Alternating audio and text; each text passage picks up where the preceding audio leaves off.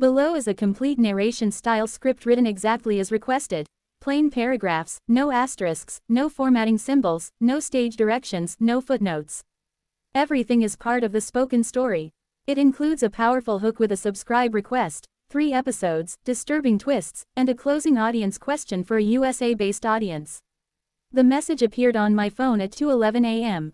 It was short. It said, "I know what you did last summer."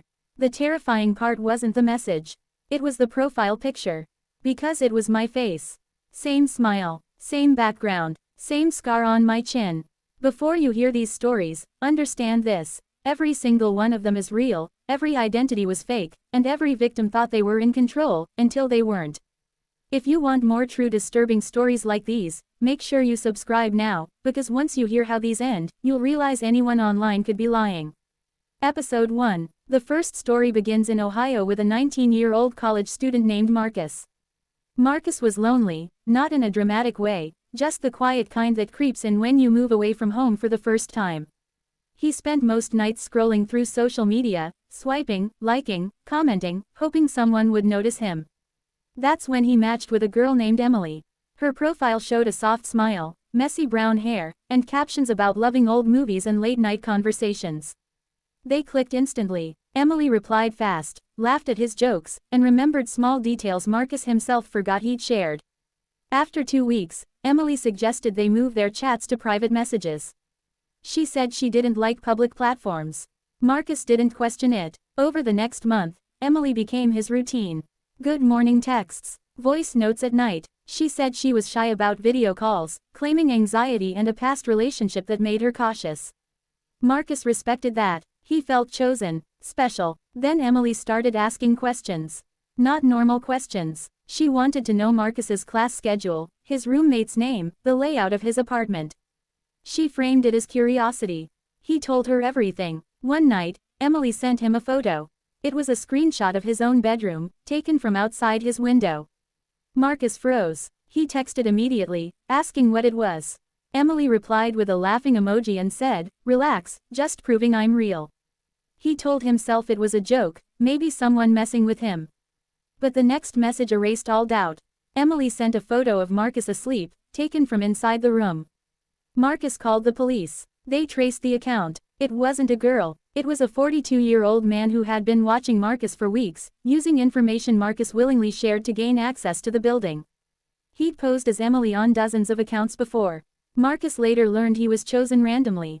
The man said in his confession that pretending to be loved made people careless. Marcus dropped out of college that semester. He still sleeps with the lights on. The second story takes place in Arizona and begins with a divorced mother of 2 named Rachel.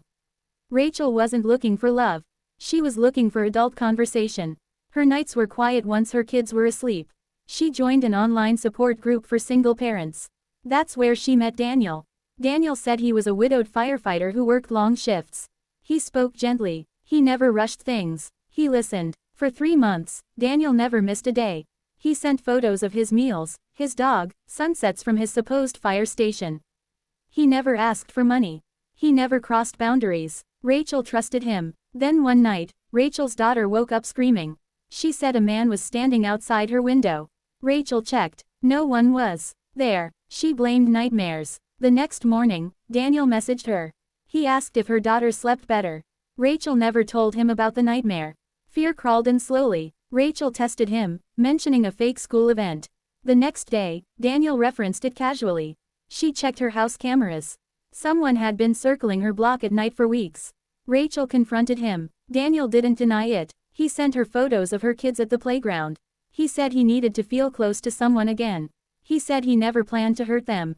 Police later discovered Daniel wasn't widowed. He'd been stalking single mothers through support groups for years. Rachel moved states. Her kids don't know why. The final story is the most disturbing. It happened in California and involves a group of friends, not just one victim. A popular gaming streamer named Alex built a tight-knit online community. They played nightly, shared personal struggles, supported each other. One member, known as Luna, was especially loved. She claimed to be a disabled teen who couldn't leave her home. The group raised money for her medical bills. Alex spoke to her daily. After nearly a year, Luna stopped responding. Her account went silent. Alex worried. He traced the donations. They led to multiple accounts, all connected to one person. A middle-aged woman with no disability, no illness, and no remorse. But the twist came when police investigated further. They found Luna wasn't just one fake identity. She was dozens. Some were victims. Some were perpetrators. She had manipulated people into hurting each other, exposing secrets, sabotaging lives, all while hiding behind fake faces. When confronted, she said something chilling. She said people online don't want truth. They want connection. And she gave them exactly what they wanted. Alex shut down his channel. He still receives messages from fake accounts claiming to be Luna. These weren't stories about technology. They were stories about trust. About how easily a stranger can become someone you depend on, and how quickly that illusion can turn into a nightmare. If this video made you uneasy, that's the point. Because the scariest part of catfishing isn't the lie. It's how much of yourself you give away before you realize it. Before you go, tell me in the comments which part of the country you're watching from. And remember, the next message you receive might not be from who you think it is. The first story begins in Ohio, in a quiet college town where nothing truly frightening was ever supposed to happen. Marcus was 19 years old, freshly moved out of his parents' house, living in a small off-campus apartment that still smelled faintly of cleaning chemicals and old carpet. He was the kind of person people rarely noticed in a crowd. Polite, soft-spoken, always holding the door open, always the one listening instead of talking. College was supposed to be a fresh start, but instead, the loneliness followed him there like a shadow. Most nights, Marcus lay on his bed scrolling through his phone, listening to the distant sound of traffic and laughter drifting in from nearby apartments. That was when he matched with Emily. Her profile seemed ordinary in the best way. No flashy photos, no forced poses, just a girl sitting on a porch with a coffee mug, smiling like she hadn't planned the picture at all. Her bio mentioned old movies, rainy weather, and bad jokes. Marcus sent a simple hello. She replied within minutes. From the very beginning, the conversation felt effortless. Emily asked questions that made Marcus feel interesting. She laughed at things he thought were dumb. She remembered details like his favorite childhood movie and the name of his dog back home. After a few days, Marcus noticed he was checking his phone constantly, waiting for her replies. When she suggested moving their conversation to private messages, he didn't hesitate. It felt like progress, like being chosen. Weeks passed, and Emily became part of Marcus's routine. She texted him good morning before his alarm went off. She sent voice messages late at night when he couldn't sleep. Her voice was soft, almost hesitant, like she was nervous to be heard. When Marcus asked about video calls, Emily apologized and explained that she struggled with anxiety and didn't feel comfortable being on camera. She said she'd been hurt before. Marcus told her it was okay. He didn't want to push her away. Slowly, Emily's questions became more personal. She asked about his classes, his work schedule, his roommate. She wanted to know which window in his apartment was his, joking that she liked to imagine where he was sitting when they talked. Marcus laughed it off and told her. It didn't feel dangerous. It felt intimate. One night, close to midnight, Marcus received a message from Emily that was different from all the others. It was a photo. At first, he didn't understand what he was looking at. Then his stomach dropped. It was his bedroom. The angle was wrong, though. Too far back, taken from outside the building, through the thin gap in the curtains.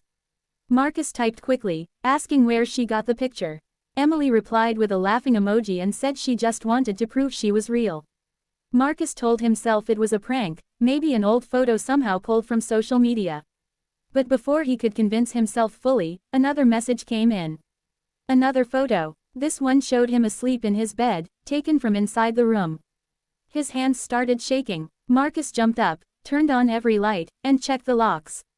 Nothing was disturbed. No broken windows. No signs of entry. He called Emily. The call went through, but no one answered. Instead, she sent a message saying, "Don't freak out. I just wanted to see you in real life." Marcus called the police. While waiting, he sat on the edge of his bed, staring at his phone as messages kept coming in. Emily said she liked watching him because he seemed genuine. She said most people were boring, but Marcus wasn't. When the police arrived, they told him to stop responding. The investigation moved faster than Marcus expected. The account was traced. The messages weren't coming from a girl his age. They were coming from a 42-year-old man who lived less than 3 miles away. He had been watching Marcus for weeks, using the information Marcus shared to learn his habits, his schedule, and when he'd be alone. He'd followed him from campus more than once. The building had a faulty side door lock. That's how he got in. During questioning, the man admitted he'd created dozens of fake profiles. Some male, some female, he said, pretending to be someone who cared made people open up faster. He said trust was easier to steal than passwords. Marcus wasn't special, he was convenient. When the case was over, Marcus tried to go back to normal. But normal didn't exist anymore. Every notification made his heart race. Every unfamiliar face felt like a threat. He dropped his classes and moved back home without telling most people why. At night, he still checks his windows before sleeping. Sometimes he dreams of his phone lighting up with Emily's name, even though that account no longer exists. The scariest part wasn't that someone watched him. It was realizing how willingly he'd invited them into his life, one message at a time. The second story takes place in a quiet suburban neighborhood outside Phoenix, Arizona, where the streets were wide, the houses looked identical, and danger was something people believed only happened elsewhere. Rachel lived there with her 2 children, a 10-year-old daughter named Lily and a 7-year-old son named Noah. After her divorce, Rachel's world had shrunk. Her days were loud and busy, but her nights were silent. Once the kids were asleep, the house felt too big, too empty. Rachel wasn't searching for romance. She told herself that many times. What she wanted was conversation, someone who understood exhaustion, responsibility, and the loneliness that came with being strong for others every single day. She joined an online support group for single parents, mostly reading posts and occasionally commenting. That's where Daniel noticed her. Daniel's first message was thoughtful and simple. He said he related to her post about feeling invisible after the kids went to bed. He said he was a widower, a firefighter who worked long shifts, raising his daughter until she passed away from illness a year earlier. He didn't overshare, he didn't push, he listened. Their conversations became part of Rachel's evenings. Daniel always asked how her kids were doing. He remembered Lily's fear of thunderstorms and Noah's obsession with dinosaurs. He sent photos of his dog curled up on the couch and sunsets taken from what he said was his fire station parking lot. He never asked for money. He never flirted aggressively. That made him feel safe. After 3 months, Rachel trusted him more than she trusted most people in her real life. They talked almost every night. Daniel said he didn't like video calls because his job made him self-conscious. Rachel didn't question it. She respected boundaries. She believed that trust meant patience. The first crack appeared on a Tuesday night when Lily woke up screaming. Rachel ran into her room to find her shaking, pointing at the window. Lily said a man was standing outside, watching her. Rachel checked the backyard, the side yard, the gate. Everything was locked. There was no one there. She told Lily it was a bad dream and stayed with her until she fell asleep again. The next morning, Daniel sent Rachel a message asking if Lily had slept better. Rachel stared at the screen, confused. She hadn't mentioned the nightmare to anyone. She replied carefully, saying Lily was fine. Daniel responded with a heart emoji and said kids could sense bad energy. Rachel felt uneasy for the rest of the day. That night, she reviewed the footage from her door camera. At first, she saw nothing unusual. Then she noticed a man walking slowly past the house, just out of clear view, late at night. The same figure appeared again on footage from the previous week. Always passing by, always lingering. Rachel tested Daniel without letting him know. She told him about a school fundraiser that didn't exist, casually mentioning it in conversation. The next evening, Daniel referenced it, saying he hoped the fundraiser went well. Her chest tightened. She checked the cameras again. The same man had been there that night too. Rachel confronted him. She asked Daniel directly how he knew so much about her life. For a long moment, there was no reply. Then her phone buzzed. Daniel sent her photos. Pictures of Lily and Noah at the playground. Photos of Rachel unloading groceries. A picture taken from across the street, showing her house. Daniel said he never meant to scare her. He said watching her made him feel connected again. He said he just wanted to be close to a family, even if it was from a distance. He promised he would never hurt them. Rachel called the police immediately. The investigation revealed Daniel wasn't a firefighter, wasn't widowed, and never had a daughter. He had been using single-parent support groups to find women with predictable routines and limited outside support. He lived in his car and followed them for months at a time. When officers arrested him, he was parked less than 2 blocks away from Rachel's house. Rachel moved within a month. New city, New school, new locks. She deleted every social media account she had. Her kids were told they were starting a new adventure. Rachel never told them the truth. Even now, years later, Rachel checks the windows before bed. She doesn't talk to strangers online anymore. She learned that sometimes the most dangerous people aren't the ones who rush in, but the ones who wait patiently, pretending to care, until you. The third story didn't begin with loneliness or heartbreak. It began with community. Alex was a 26-year-old gaming streamer living in California who spent most of his time online, not because he lacked friends but because his audience felt like family. His streams ran late into the night, filled with jokes, shared victories, and conversations that went far beyond games. People talked about their jobs, their struggles, their lives. Over time, the chat stopped feeling like strangers and started feeling like a group of people who genuinely cared about one another. Among them was someone known as Luna. Luna claimed to be a 17-year-old girl with a severe disability that kept her confined to her bedroom. She typed slowly and spoke rarely, but when she did, the chat always fell silent. Luna was kind. She supported others when they were struggling. She never made conversations about herself unless asked. Her profile photo showed a pale girl with dark hair and tired eyes, always smiling gently. Alex checked on Luna almost daily. He felt protective of her. When Luna mentioned hospital visits and mounting medical bills, the community stepped in without hesitation. Donations poured in. Messages of encouragement filled the chat. Luna thanked everyone, saying she'd never felt less alone. After nearly a year, Luna disappeared.